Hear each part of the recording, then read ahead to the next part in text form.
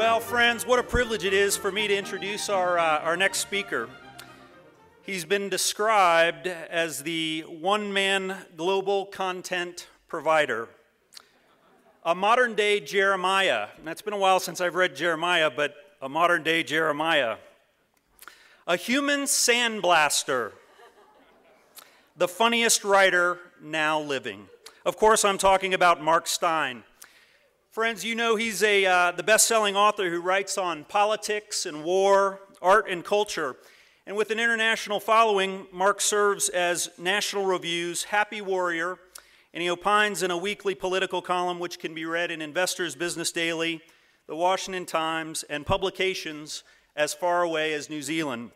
And no doubt you've also heard him on the radio, where he often fills in for Rush Limbaugh.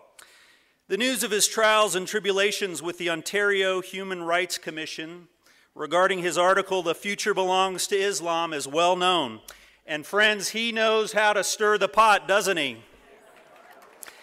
I mean, you gotta love a guy who on his own website puts up the cranky stuff that everybody says about him.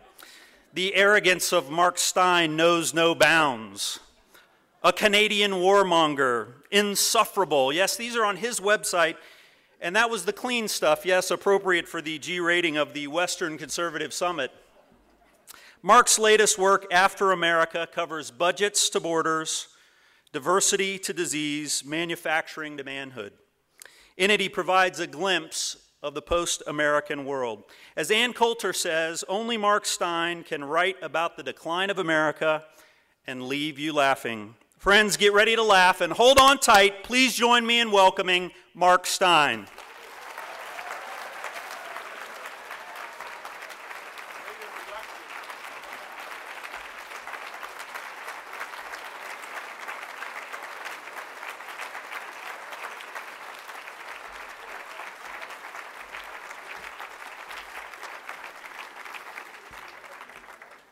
Thanks, Will. It's great. It's great to be here, and I've had a great time at Bob's table. He didn't try to sell me too hard on Mitt Romney. I'm not going to endorse anyone tonight, although I like this guy. What was he called? Herman Steyn, who's speaking tomorrow. That's good.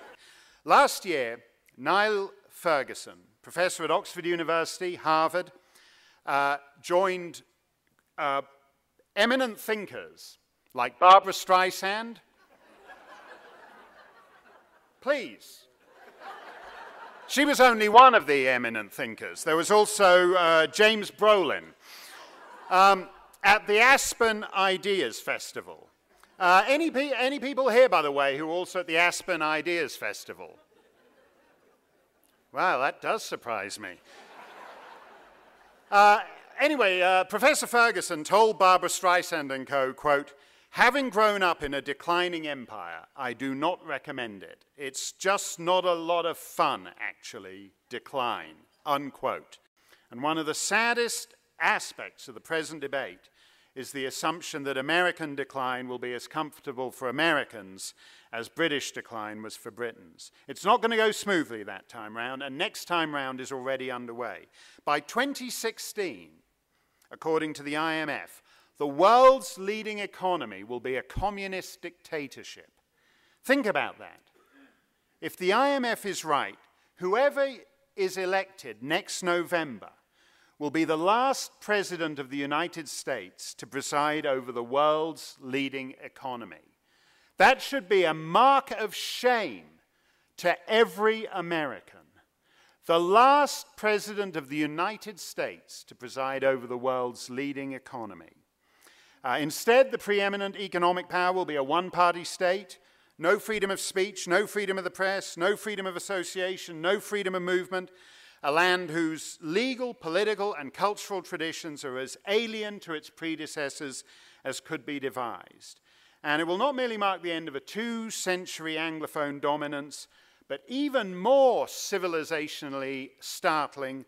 Unlike the Americans and the British and the Dutch and the Italians before them, the leading economic power will be a country that doesn't even use the Roman alphabet. When money drains, power drains. means. The next 5 years are more critical than any projections for 2050. But I'll give you one anyway, just because the CBO spends millions of dollars producing these numbers. According to CBO projections, by 2055, interest payments on the debt will exceed federal revenues. I don't know whether that's true. But if it is, I don't think we'll need to worry about a, quote, government of the United States at that stage. By 1788, Louis XVI's government in France was spending a mere 60% of revenues on debt service, and we know how that worked out for the French monarchy shortly thereafter. It starts with the money. It always does. But it doesn't stop there. It never does. Because when government spends on the scale Washington's got used to, it's not a spending crisis, it's a moral one.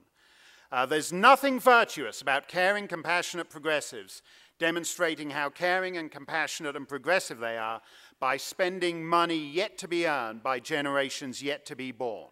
And that is where I disagree.